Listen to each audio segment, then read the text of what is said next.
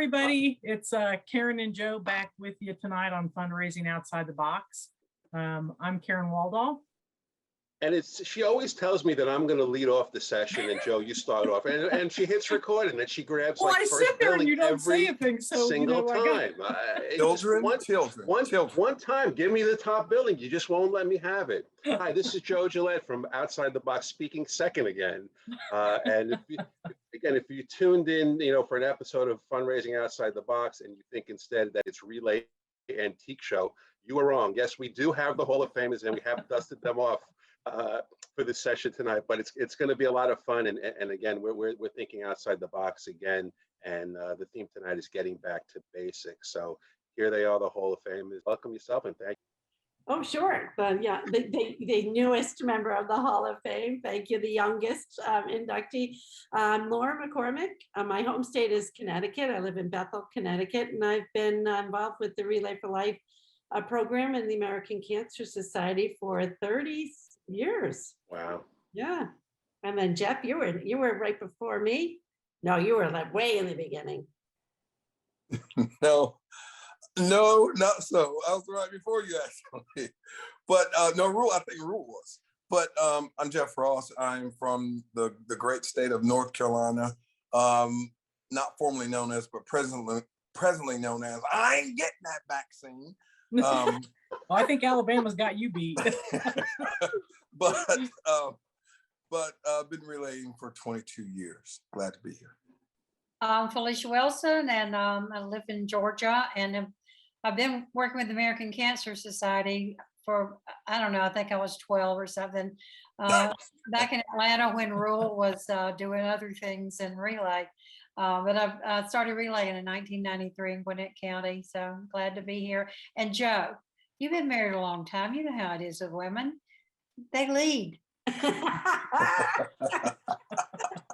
Boy, do I know that. Although Karen's always with the carrot. You're gonna go. Yeah, I'm REUEL Johnson, and I started in Relay, I guess, back in the early 90s. I had a chance to work with the Relay business unit and volunteers from the advisory team, and kind of helped kickstart the Relay from the time of Pat and Gordy. And I retired in 2013, and so I had a 40-year career with the American Cancer Society. I said he hasn't aged a day since he retired. Well, and I have proof of that because I brought Yeah, baby. Yeah, flat REUEL is Great. Just in case. But you don't have a bobble. You don't have the bobblehead. I don't have the bobblehead. Oh my goodness. I have to say, flat REUEL came around the globe with me. I've taken it. That was awesome. Flat REUEL has traveled with me through many airports. Actually, that was a gift from Dan Thorpe. He sent that to me today and said, if you have a chance to put it in there, put it in there. So. Well, that goes to show you, just years of experience aside, we are dealing with royalty here tonight on Fundraising Outside the Box.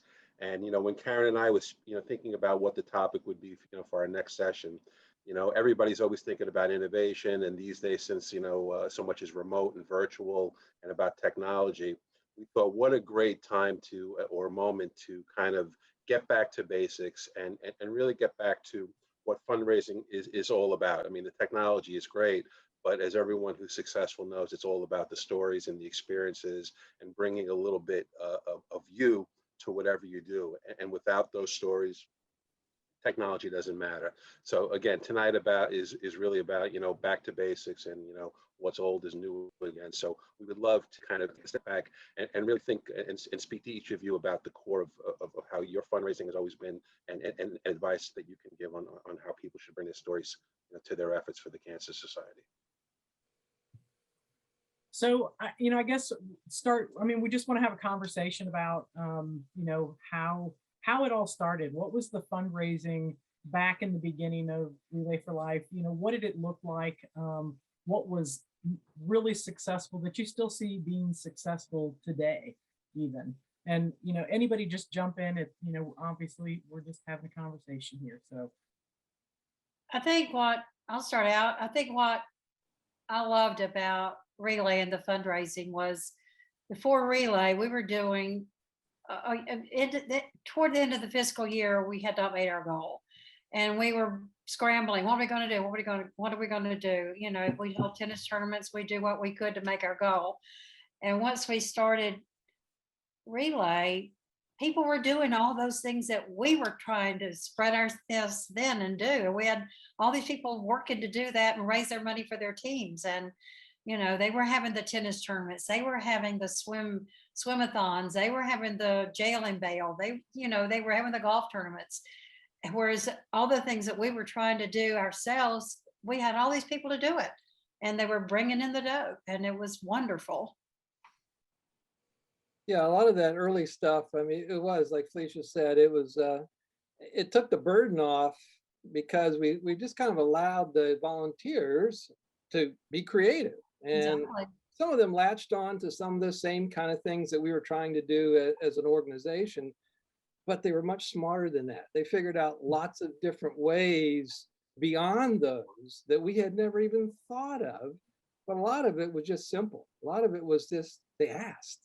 They just friggin' asked somebody to support them and gave their story or gave them a reason or did it to some people who they're next door or their family or something. But it was just the you know, kind of the impetus for people to have the courage to go and just ask somebody for a donation, and it worked.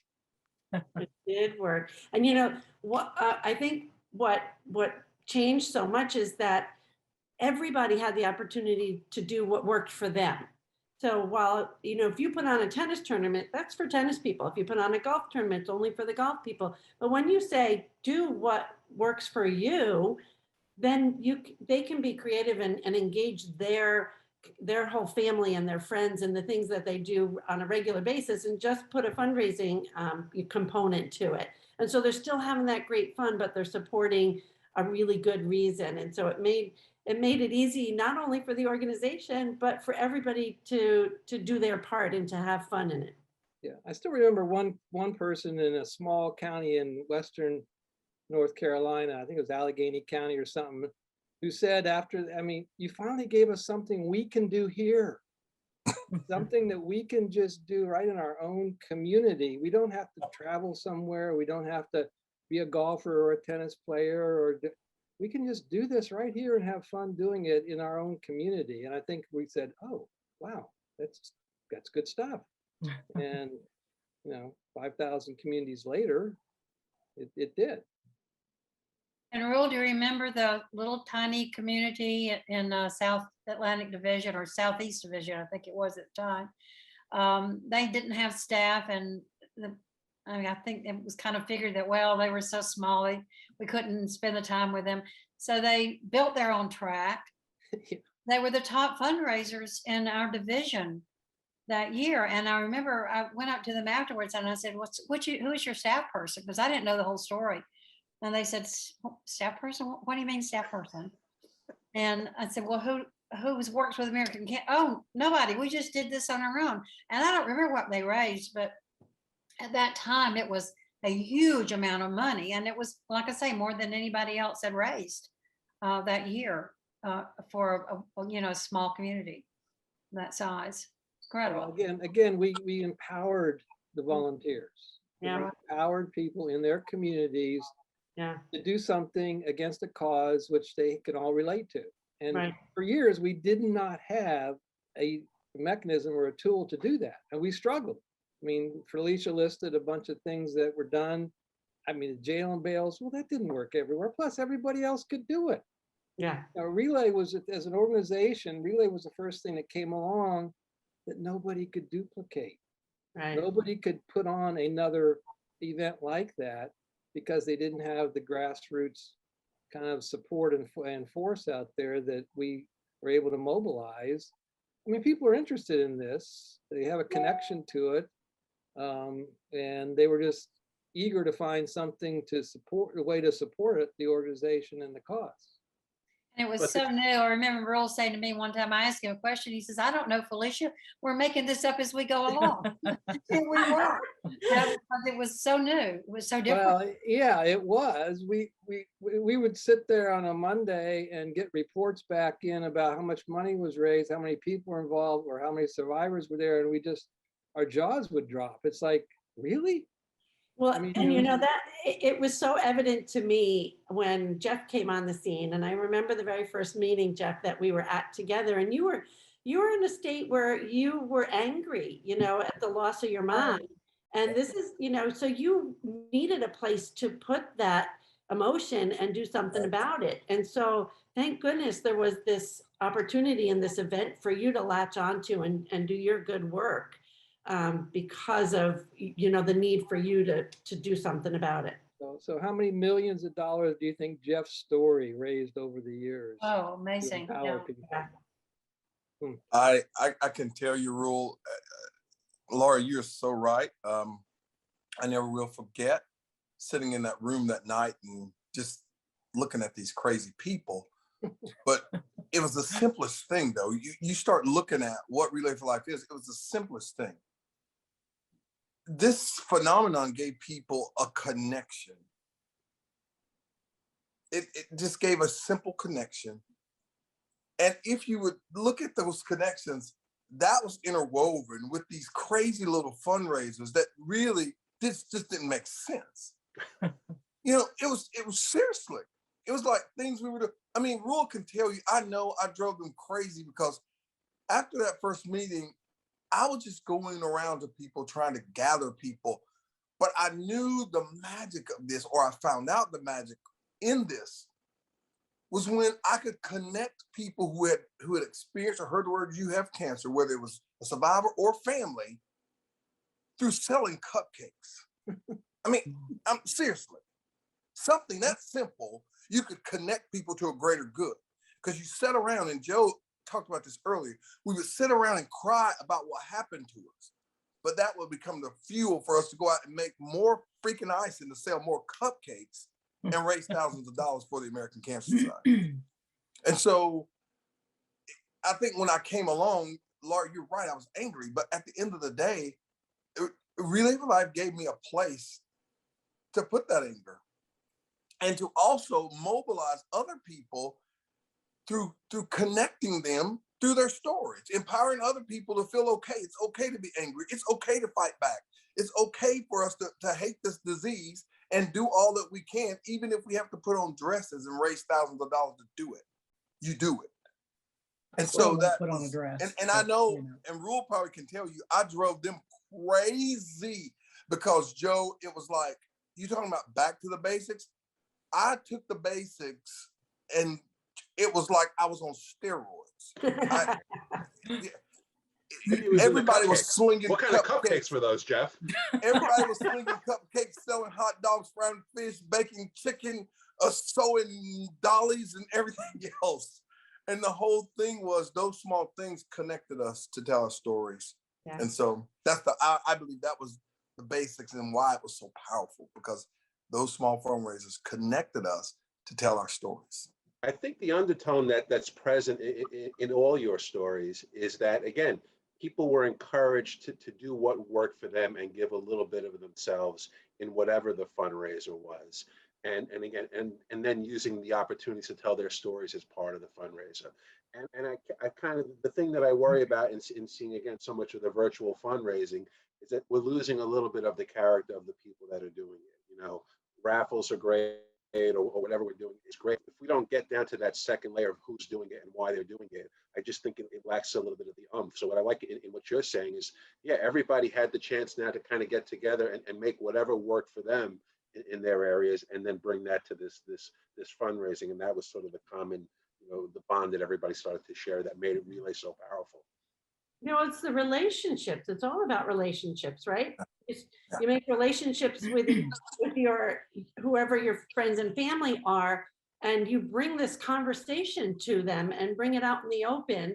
And so now you're all on the same conversation, but it's only through your relationships that you have. You know, It's not like you're going and doing this, putting it out on Facebook for whoever might see it.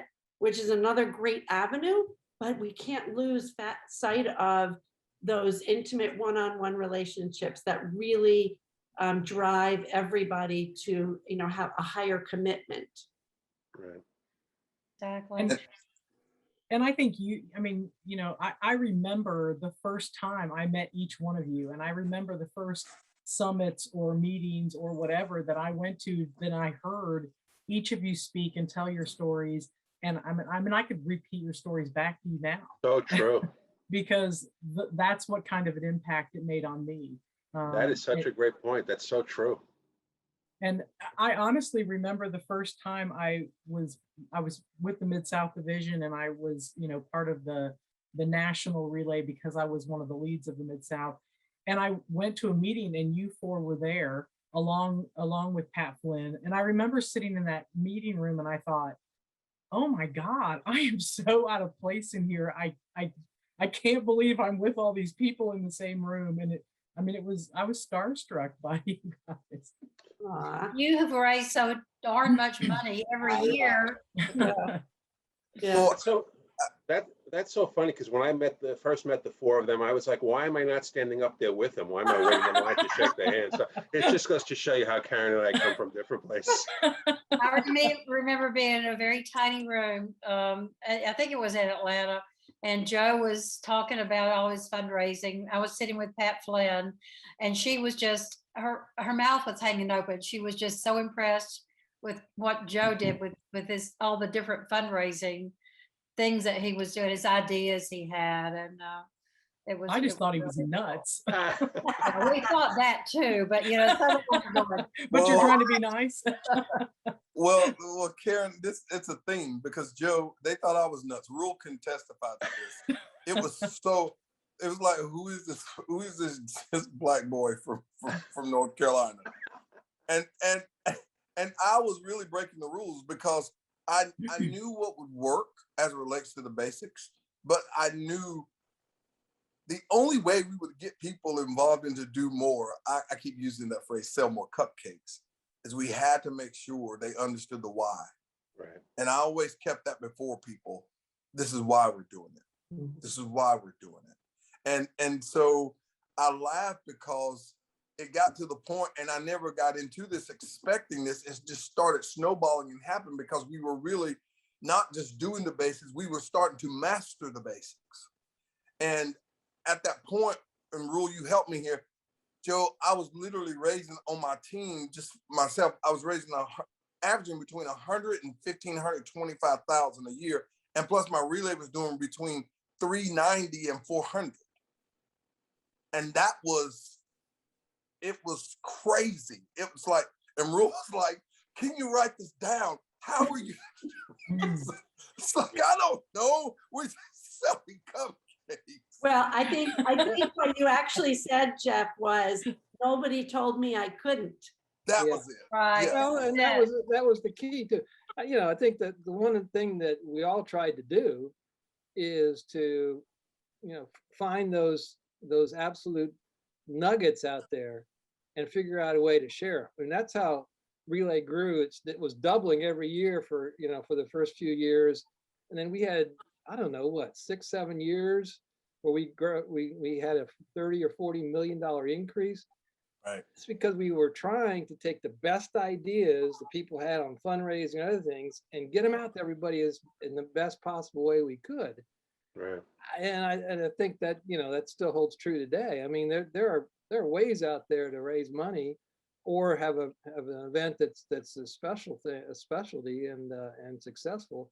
But how do you share that with everybody? This is before the advent of doing what we're doing tonight. So we had to find other ways to get those ideas and those the best ideas out there and get them in the hands of everybody so they could all use and take the ideas that Jeff and others were having and share them. Well, Jeff, you and I have spoken a couple of times about, our methods, which sometimes could, or could be a little bit of the same. And we agree, it's all about the volunteer and the relayer being empowered to do what they feel is the best way to tell the story. So Right. that's the formula. It's not fit into this. It's like, take your story, do what you feel works best in your community, and then bring that to your fundraising. Again, something that tends to fall away a little bit these days, where again, there's the reliance on just technology and the pizzazz of the virtual event. Well, and something we've gone back to, I think, in all of our shows that we've done up to this point is, like you guys said earlier, cupcakes may work with Jeff, but I can take that same idea and maybe my people like cookies better than cupcakes. And so, you've got to do what works for your community. But the general ideas are all still the same. The way we do it is still all the same. We've just got to figure out what that product is that will push your fundraiser in your area. Right. Laura, I know you do a lot with global, obviously, and that's almost like, I don't want to say reinventing the wheel, because that's not really what's going on there, but they are kind of, from what I understand and with my experience with it, trying to get a grasp about what fundraising is all about. Can you relate that experience to kind of maybe what it was like in the beginning of Relay? Well, it's really funny to look back now on that, Joe, because I would say when we start out, and REUEL, you can attest to this, and Felicia and Jeff as well, we've all been on global adventures. But fundraising, peer-to-peer or group fundraising like that was a foreign concept to a lot. The organizations do fundraise, but it's more of that door-to-door campaign or, one or two single organizational campaigns. But this raising fundraising as individuals was a little bit not normal for everybody. So we had to really encourage them and show them. But then the tables turn, and the ideas that come out of these communities around the world are just so amazing. And we get re-energized every time, we talk about it. So all it took was just putting the focus on why, they could do this and should do this. And then it just took off, just like it did in the United States. So it's been really fun to watch it translate, Relay for Life translate into every community around the globe, no matter what the culture, no matter what the means, or I think, all of you can attest to that. It just is, I think that's the thing that gives me the biggest chills in all of my career, is to see when it just works and what it can do for not only communities, but individuals. Well, those Laura, that organizations- reminds me of Georgia Weetie. When you talk yeah. about door to door, who went door to door to try to help people understand that because he had cancer, he was not, this is in Africa, where is he? Exactly where he was. Kenya. He was in Kenya. That because he had cancer, he was not a witch, a warlock, a bad person, a rich person, which is, trying to dispel the myths. It's not always about fundraising. It's about changing cultural thoughts and ideas. Right. He was the epitome of that. He sure was. And the way I got connected with him originally was he heard from the organization that they were starting Relay for Life, had never done it before. And one of the ways they raise money in Kenya, Nairobi specifically, is to sell t-shirts. Everybody wants to wear a t-shirt branded, talking about an event or something that they believe in. And so he walked down the streets and sold t-shirts to people and then started these conversations. I didn't know that part. Yes, I have pictures. That's how I found him, was selling a t-shirt to a street vendor.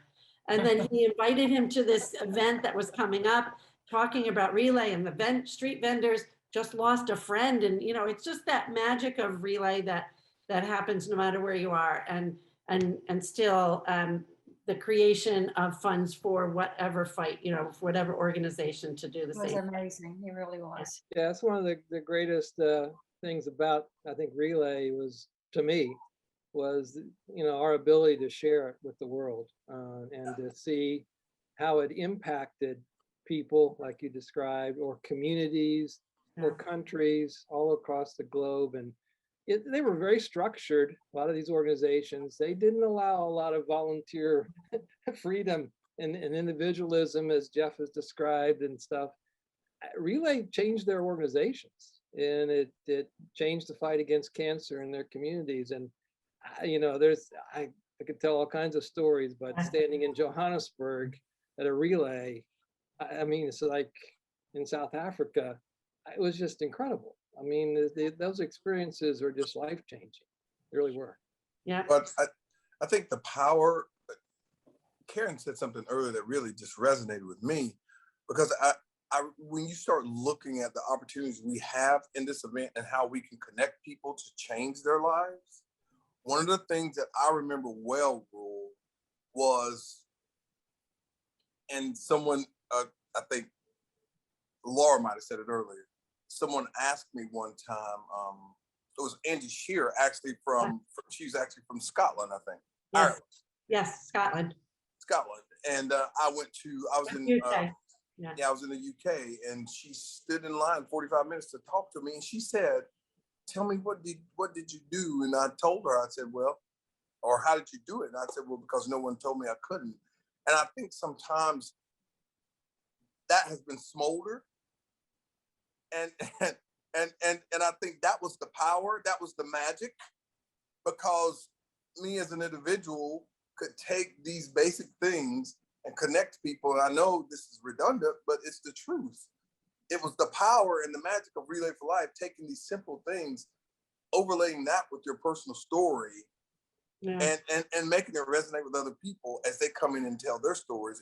And wow, you have something, as we all know, we had something that was just combustible, and it combusted, and we took the world. So I can remember, Jeff, you doing a volunteer training in New Zealand and in other places as well later on, I'm sure, but they'd never had a volunteer get up and lead a discussion and be a teacher, a trainer, someone who would be sharing the expertise on how to do something. The volunteers just didn't do that in a lot of these organizations. And I think Relay, again, changed the whole structure of their organization and allowed people to be involved as the volunteers were in our country. Well, and so there's this one side for people like Jeff and Joe and Karen, where nobody told me I couldn't do it, so I'm going to do it.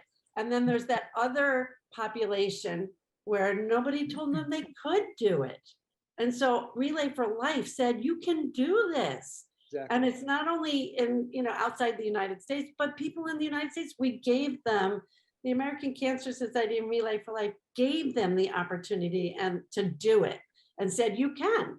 Yeah. So it's, on one hand, there's those that you can't stop, and others you had to offer them the opportunity, and they didn't have that in anywhere else to do what they could do. But Joe, I have an example real quick.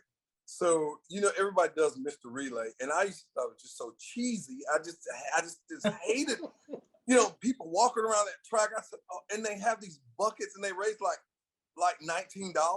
And I was like, we surely to God, we can do something different than this.